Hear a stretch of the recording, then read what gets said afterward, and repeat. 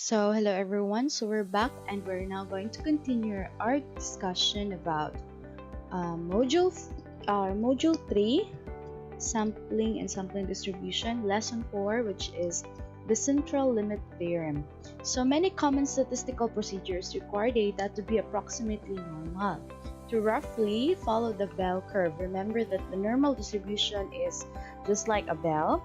But what happens when you have a population that is just not normal? So we have here, so these are your competencies. Never mind answering this one, and it's up to you if you're just going to fun in making puzzles and like that, so you can, but it's not included in our summative test. Just answer what is on the summative test, not in the module. Okay, so we have here the question. So what is the mean of the sampling distribution of its mean if a population has a means of 7.2? So remember that the population mean and the mean of the sampling distribution of its mean are always equal. So therefore, the answer is 72. Remember again, unsay ano yung kaparehas? The population mean and the mean of the sampling distribution. Okay? Population mean and the sampling distribution. So, if you have, example, your population mean is 7.2, then your mean of sampling distribution is 7.2. If your mean of sampling distribution is 5.3, then your population mean is 5.3. Second, what is the mean of the population if the mean of the sampling distribution of the mean is 7.16? So that was my example from number 1. So again, it is 7.16 because again, population mean is just equals to the mean of the sampling distribution.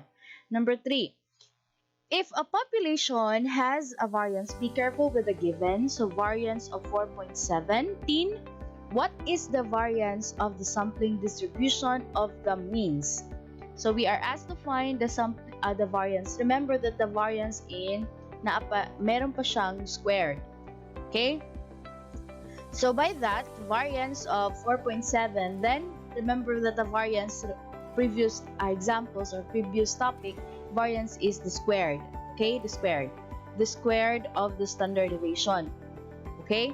So yun yung variance. So therefore, since the variance is 4.7, then you are going to use this formula. 4.7 over the sample size is 2. That's why you have here 2. Okay? As you can see, the difference between number 3 and number 4. Number 4, you need to find the given also is standard deviation. So remember that the standard deviation is just the square root of the variance. That's why, as you can see, wala na siyang squared. Because again, the squared here was instructed because it is the square root of the variance. So, di ba meron tong dito, squared x is equals to square. Tapos, di ba meron ganyan? So, extract natin yung square. This is the, this is the variance. No, where's the eraser? Okay.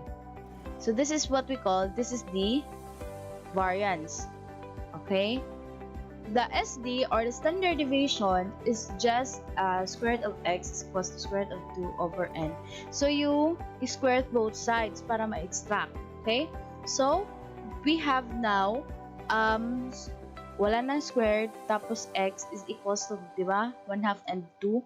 So ito rin 1/2 2. So naiwan na lang is square root of n. Okay? Ito yung naiwan. So that's why we have here. Okay, since given is standard deviation, be careful with the given. If variance yung binigay, ito yung gagawin mo formula. Pero when the standard deviation was given, so ito naman yung gagamitin mo. Okay, please be careful with my heart. Charot. Please be careful with the given. Because isang lang yan, isang click, so mararong na yung answer. So interpret first the problem, the given, before answering it. Though example here, you can now answer automatically, but please read it first before answering it. So on what formula that you're going to use. Okay, so this is for variance, and this is also again for standard deviation. So As the sample size increases, the sampling distribution of the mean can be approximated by a normal distribution, of course. It means that the sample size n is randomly selected from a population with mean. So, madaling sabi, the bigger the sample is, is much malapit siya sa katotohanan. Kasi if, say for example, you have 100 population, and if you just choose 5, so it is very far from the population which marami siyang pwedeng magkamali. Meaning, hindi lahat yung answer. So, yung 95 na hindi napili, iba-iba yung mas malaki pa yung hindi napili kontra sa yung napili. So, dapat, the sample that you have to use, it should be 50% or 75% from the population to get the exact result, or to get a good result. So, para malaman talaga yung totoo. Kasi, mahirap yung maliit lang yung samples nyo, tapos yung malaki yung population. Okay? So, 50 to 75% yung population na gagamitin natin. Okay? So, that is a uses of sample. Ano yung kailangan nating alamin sa sample size. Kasi, in your soon to have a practical research too, of course, you will have your research. So, okay lang yun if it is qualitative, maliit lang yung sample size because i-interviewin nyo. Okay? I-interviewin nyo. Kayo mismo yung kakausap sa respondents. That is qualitative. While in quantitative naman, kasi mahirap naman kasi survey questionnaires lang yun, hindi mo sila nakakaharap. So, dapat, kung ano yung population na binigay, example, 100 grade 11 students lang, tapos yung isang section lang kukunin mo, hindi masasatisfy yung answer ng isang section sa representation sa population. So, dapat kalahati or 3/4 dun sa population ang kukunin mong respondents or sample. Okay? So, that is how important the sample size is. Okay, let's continue. So, let us consider this one. Consider the population consisting of the values 1, 2, 3, 4, 5, and 6. Compute the following population mean. So, this is the things that we're going to compute. The population mean, the population variance, and the population standard deviation. These three was already tackled from the previous video, lesson 2. So, I hope you already know this one. This is the formula of the mean of the population. We have the mu is equals to the summation of x over n. So, this one, inad lang to lahat, 1, 2, 3, 4, 5, 6, divided by, bakit 6? Because the number of elements of the given is 6. So, 6 po ang elements ng binigay, kaya 6. So, 21 over 6. So, your mu is 3.5. So, that is your population mean. Second, we already have the population mean. Let's have population variance. Wag gawin, if you're going to answer, wag nyo itong gawin. You make a table. Kasi, mahirap. It's kinda hindi siya masyadong organized. So, table. So, say for example, di ba yung table sa ating lesson 2, previous 2, may table dun kung paano ipag-arrange ng population. The x here, the data, tapos x minus the mu, di ba? Tatlo yon. Tapos, the third one is x minus the mu squared. Ito lang yung gamitin yung table. Okay? So, ayun. So, 1, 2, 3, until 6. Ito naman, ganun. So, gawin nyo tong table, hindi ganito, ha? Gumamit kayo ng table. So, again, the process is x minus the mu, which is 3.5. So, lahat ng x is subtract ng 3.5. Ito yun. So, ito, dito to. So, this part here should be in this table. Ito. Tapos, ito naman, this part here, ito, though no need to put like this, you can just simply answer it again right away. Ito naman dito sa third column. Okay, so the answer is 17.5. The summation pa lang to ha, hindi pa to tapos. So using the formula of the population variance, again, variance may squared pa ito So this is the formula. Population. Okay, so 17.5 divided by n, which is 21. Bakit naging 21 si n?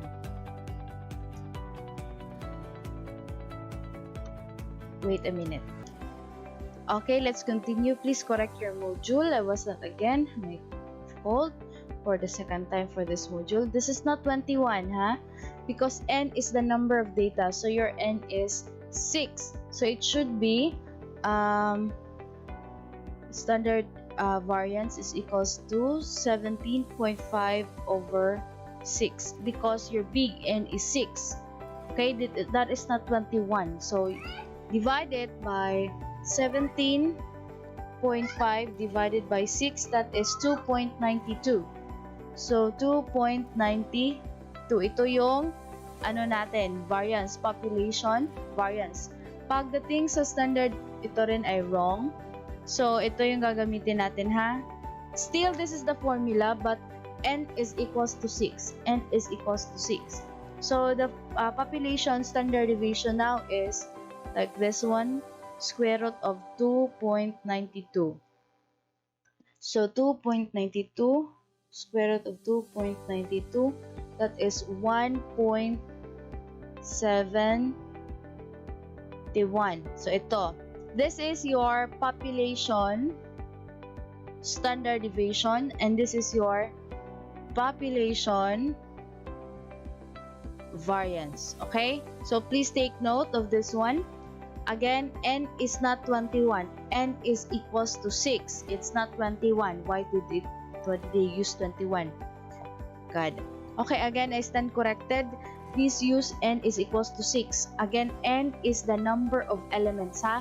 N is the number of elements. Please take note. N is the number of elements.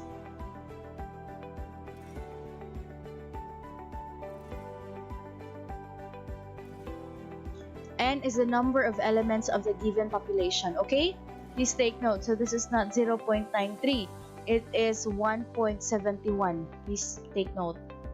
Okay? So this time, okay, so you can see here, this is the table we have here. Okay, so after that, they make the illustration table. So like this. So the population mean again is 3.5. How did you get this one? This is the x minus mean. Okay. 1 over 6, 1 over 6. Why 1 over 6? That is this one. The probability of this x is 1 over the total number of elements, that is 6. That's why it's 1 over 6. Okay? That is 1 over 6. So, the population mean can also be obtained using probabilities. This is the formula in getting the probabilities. Okay? So, the summation of x, which is 21, times the probability here. Again, where did you get this 1 over 6? This one, the 6.5 is 1 out of the total here. Out of the total elements. So, that's why we have 6. This one is total elements. Okay, that is 1 over 6. The denominator is the total elements. So just multiply 21.1 over 6, then you have again the mean. Just the same with the population mean. Okay? Okay, next. So how about 2? How about when you take them 2 at a time, or the sample taken? This time we already have the taken. We have now taken. Sino bang taken dito? The sample size n is equals to 2. It will give us another set of observation. So as you can see here,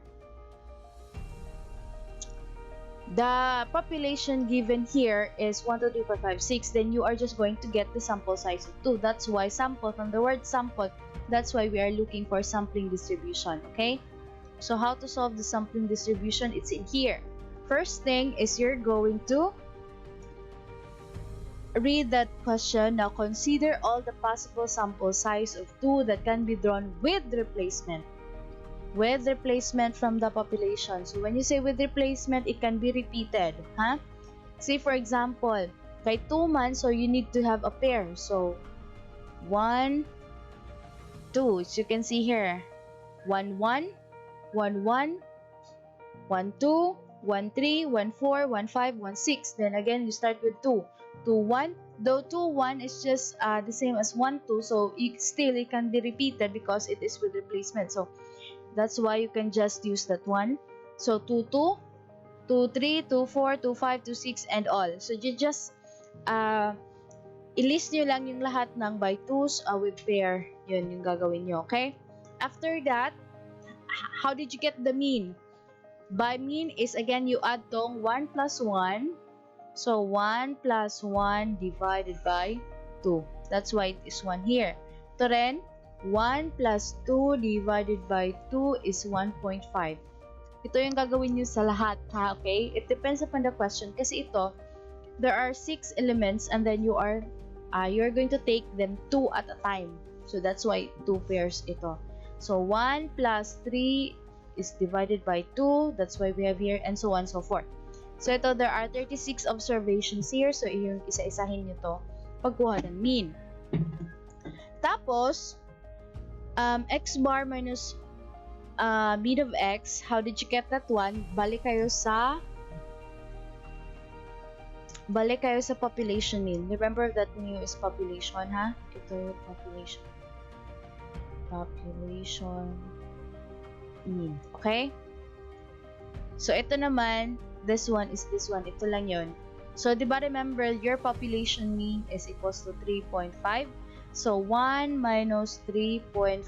So, you have negative 2.5. 1.5 minus 3.5. Lahat nito, isa-subtract nyo sa population mean, which is 3.5. Okay? Ito yun. This table. Next table. Yung answer dito, squared mo lang. So, you have negative 2.5, negative 2.5 squared. So, you have positive 6.12. So, may squared lang to dito. Okay? Hindi ito negative 1 times 2 ha, kundi negative 1 times negative 1. Okay? So, dalawa. You are going to multiply 2 times with itself. So, negative 2 times negative 2. Kaya, naging positive 4. Okay? The same lang procedure dito, tsaka dito, kasi iba lang yung observation. Okay? So, after that, i-add nyo lang. Remember that the formula of the sampling distribution, you have the mean. Yes, the mean. We have here summation of the mean, 49. Inadya to kasi dalawa yung mean niya. So, to. Kung maliit lang yung observation mo, you can just sum it all as one. As usa lang sila. Yung, you just sum it all. Okay. So, summation of x. So, just sum it all. So, we have 49.5. Not the same as if maliit lang yung observation. Example, 5 observations lang or 10 observations. Then, you can just make one table lang. Okay? So, again, that's why as you can see here, the same yung mean of sampling distribution sa population mean. So, diba? Kung population mean mo is 3.5, then yung sampling distribution is 3.5. If your sampling distribution is 3.5, then your population mean is 3. Kasi nga, equal sila. Kaya ito. Amazing, no? Then, next is, take note the population mean and the mean of sampling distribution is equals to 1. Remember, we are using sampling distribution. Okay? Because, take note again ha, kaya to equal kasi yun na yung property. So, number 2, variance of the sampling distribution means formula, substitute, okay? Sampling.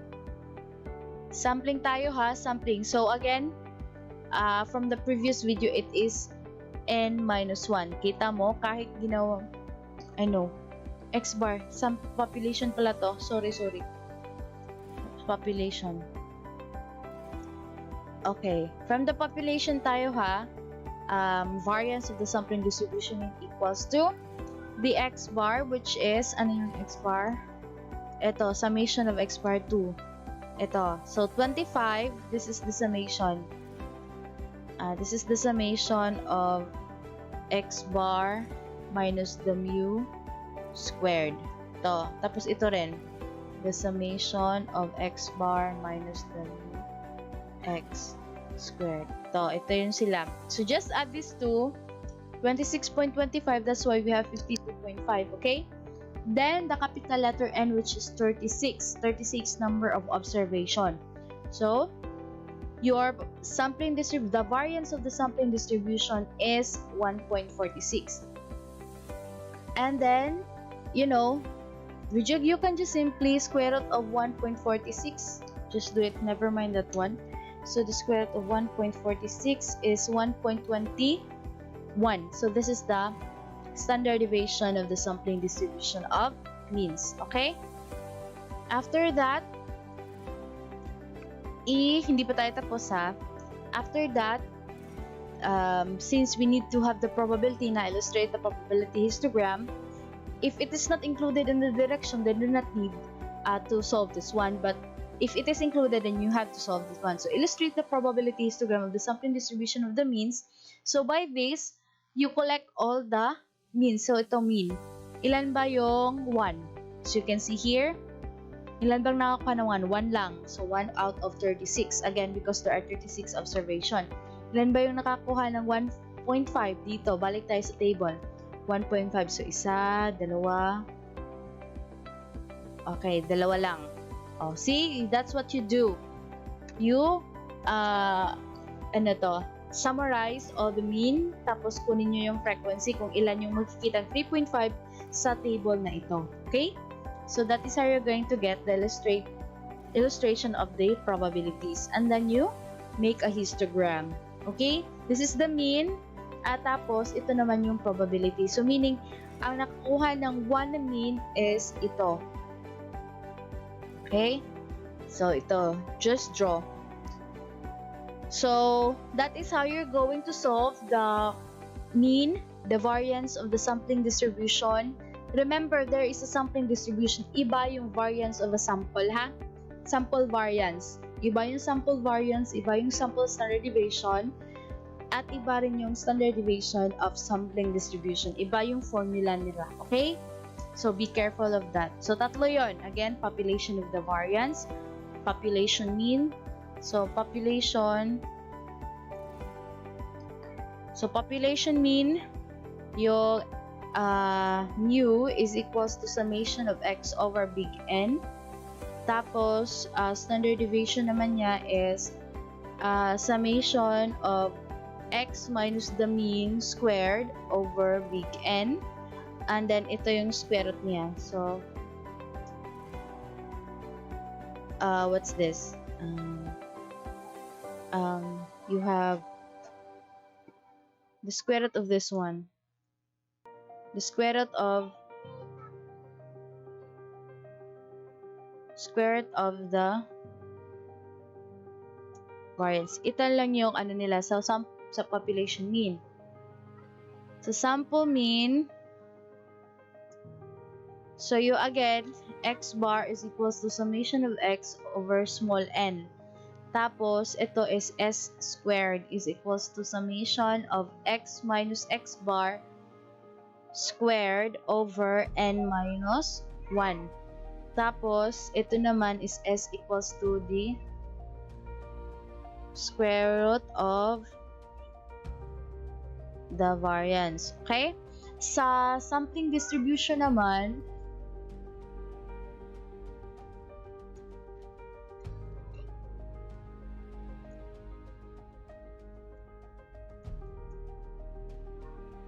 sampling distribution sa mean, so paano ba natin makuha yung mean? So mean is same sa population. Okay? Same sa population.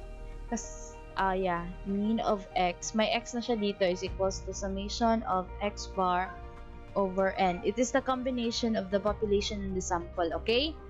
So this is how you're going to get. Tapos yung standard deviation niya is ito, with x is equals to summation of x bar minus the mu of x squared over capital letter N.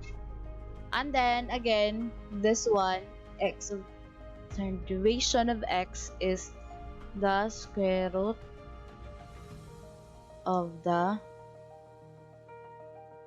variance. So as you can see here, this is the so this is the mean, this is the variance, and the standard deviation. So take note of this formula, okay? Ganon. So this is the difference of these two. So I hope you learned something from this video, and I know you're ready to answer your module. And if you do have any questions regarding to this, you can just comment me or PM me or comment in the section below. Thank you and God bless. See you on our lesson 5, chapter 3.